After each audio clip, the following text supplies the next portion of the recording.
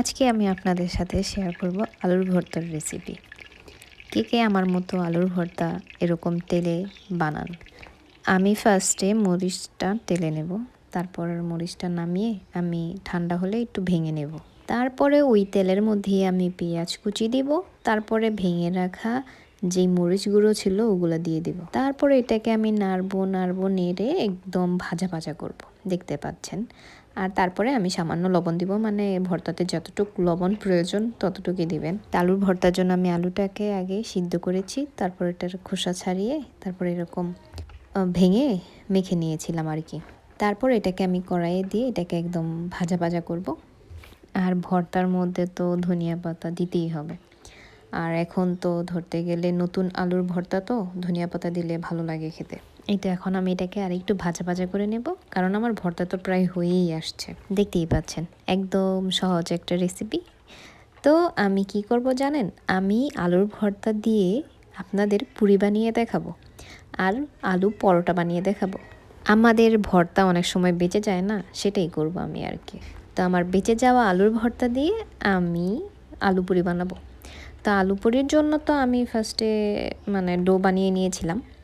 তারপরে এর মধ্যে আমি আলুর পুর ঢুকিয়ে তারপরে এটাকে আমি একটু বেলে নিয়েছি হালকা, যাতে বের না হয়ে যায়। আমার কিছুটা বের হয়ে গেছে। তারপর এটাকে আমি নর্মাল তেলের মধ্যে ভেজে নেব।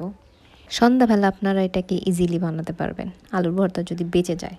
আর যদি না বাঁচে তাইলে তো নাই, আমার বেঁচে ছিল তাই আমি ওইটা দিয়ে আলুর ভর্তা দিয়েই আমি আলু পুরি বানিয়ে নিলাম। খেতে কিন্তু বেশ মজা হয়েছে। আপনারা কারা কারা আমার মতো এরকম ফাঁকিবাজি নাস্তা বানাতে পছন্দ করেন? একদম সহজ, কোনো প্রকার ঝামেলা ছাড়া একদম ইজিলি হয়ে গেল। আলুর ভর্তা দিয়ে আমি দুপুরে ভাতও খেলাম, সেটা বেঁচে ছিল, সেটা দিয়ে আমি আলু পুরিও বানালাম। এখন আমি আপনাদের আলু পুরির সাথে আলু পরোটাও বানিয়ে দেখাবো। আর আলু পরোটাটা খেতে আমার কাছে বেশ মজা লাগে। আর আমার পুরিগুলো এক এক করে হয়ে গেল, আর খেতেও বেশ মজা হয়েছিল। আর আমার কাছে না পুরি, সিঙ্গারা এগুলো না সস দিয়ে, তারপরে কাঁচা পেঁয়াজ, কাঁচা মরিচ এগুলো দিয়ে খেতে না খুব ভালো লাগে। কেন জানি এই দুইটা জিনিস দিয়ে আমার খেতে এত ভালো লাগে। আর কাঁচা মরিচ তো ঝাল হলে আর কোনো কথাই নেই।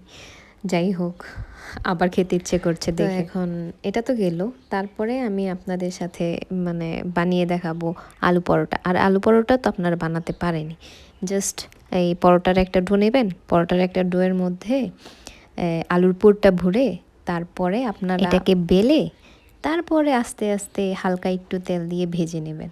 এটার এত ঝামেলা কি বোঝেন নাই? একদম সহজভাবে, সহজ ভাষায় আলু পরোটা হয়ে গেল। দেখছেন, বেশি না, আমার বেঁচে যাওয়া আলুর ভর্তা দিয়ে আমি আলু পরোটা আর আলু পুরি দুটোটাই বানিয়ে ফেলেছি। যখন এরকম খেতে ইচ্ছে করবে ওই দিন আপনারা এরকম আলুর ভর্তা দিয়ে বেশি করে বানাবেন, যাতে এই দুইটাও আপনারা খেতে পারেন। যাই হোক, আজকের জন্য এই পর্যন্তই। ভালো থাকবেন সবাই। আল্লাহ হাফেজ।